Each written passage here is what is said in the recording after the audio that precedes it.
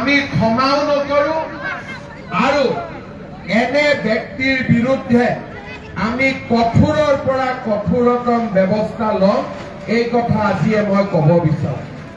শ্ৰদ্ধাৰ ৰাইজ, মোদী ডাঙৰীয়াক আমি শক্তিশালী কৰিব লাগিব। অমিত শ্বাহ ডাঙৰীয়াৰ হাত শক্তিশালী কৰিব লাগিব, যাতে আমাৰ ভাৰতত আমি এক নিৰাপদ পৰিৱেশ সৃষ্টি কৰিব পাৰোঁ। সকলো ধৰ্মৰ লোকে মিলা প্ৰীতিত থাকিব পাৰে আৰু সকলোৱে মিলিজুলি থাকিব পাৰে। যোৱা পৰহি দিনাখন কাশ্মীৰত বন্দুক লোৱাৰ আগতে মানুহক সুধিছে যে তোৰ ধৰ্ম কি? আগতে কেতিয়াও সন্ত্ৰাসবাদীয়ে ধৰ্ম বিচাৰ কৰি মানুহক মৰা নাছিলে।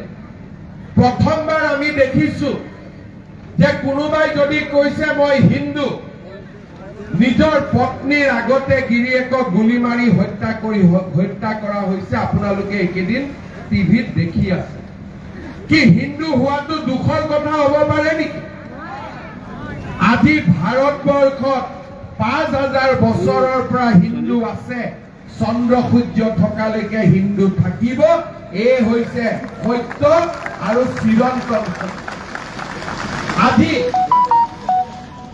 আমি যদি সন্ত্ৰাসবাদৰ ভয়ত কাশ্মীৰ যাব নোৱাৰো, সন্ত্ৰাসবাদৰ ভয়ত যদি অসম আহিব নোৱাৰো, উত্তৰ পূব যাব নোৱাৰো, তাক আমি কেতিয়াও মানি ল'ব নোৱাৰো। আৰু সেইকাৰণে সন্ত্ৰাসবাদৰ বিৰুদ্ধে আমি হিন্দু মুছলমান সকলোৱে একেলগে যুঁজিব লাগিব।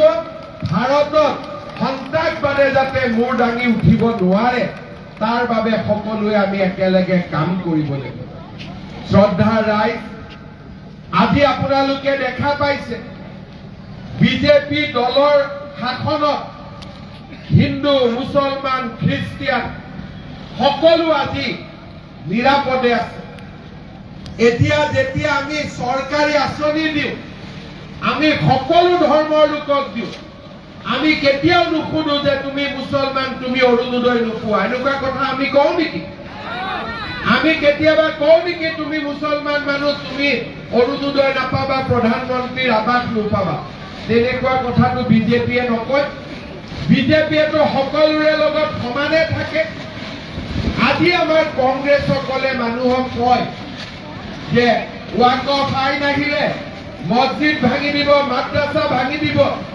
আপোনালোকে এটাই কথা কওক, বিজেপি অহাৰ পিছত অসমত মছজিদ বাঢ়িছে নে কমিছে? যমুনামুখত মছজিদ বাঢ়িছে নে কমিছে? তেতিয়াহ'লে যিসকলে এই ধৰণৰ মিছা কথা কয়, অসত্য কথা কয়, তেওঁলোকে এটাই বুজি পাব লাগে যে প্ৰধানমন্ত্ৰী মোদী ডাঙৰীয়া হিন্দুৰ লগতো আছে, মুছলমানৰ লগতো আছে। আমি মাত্ৰ সন্ত্ৰাসবাদীৰ লগত নাই, আমি টেৰৰিষ্টৰ লগত নাই। এইটোৱে হৈছে সবকা সাথ সবকা বিকাশ। কোনোবা মুছলমান মানুহে বিচাৰে নেকি যে সন্ত্ৰাসবাদী ভাৰতত থাকক? কোনোবাই বিচাৰে নেকি? কোনোবা হিন্দু মানুহে বিচাৰে নেকি সন্ত্ৰাসবাদী ভাৰতত থাকক? কোনোবাই বিচাৰে নেকি? আৰু এটা কথা আজি আপোনালোকে উল্লেখ কৰিব, বহুত ডাঙৰ কথা মই কৈছো।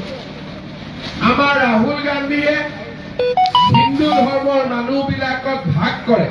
তুমি অবিচি, তুমি এছটি, তুমি এছচি, তুমি জেনেৰেল।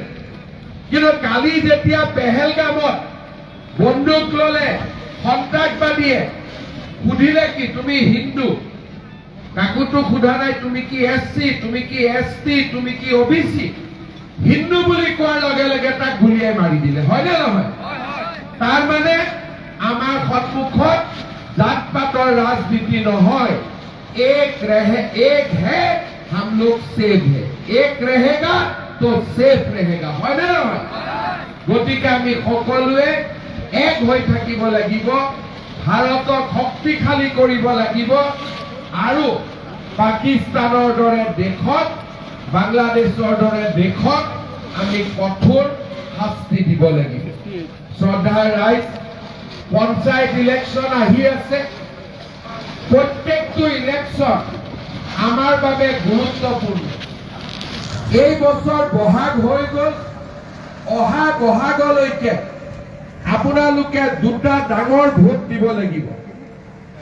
এটা ভোট যে আমাৰ পঞ্চায়ত কোন হ'ব, জিলা পৰিষদ কোন হ'ব, আঞ্চলিক পঞ্চায়ত কোন হ'ব, আৰু লাহেকৈ এই বছৰৰ ভিতৰতে আপোনালোকে এপ্ৰিল মাহত, অহা বছৰ এপ্ৰিল মাহত অসমত চৰকাৰ কোনে কৰিব তাৰ কাৰণেও আপোনালোকে ভোট দিব লাগিব।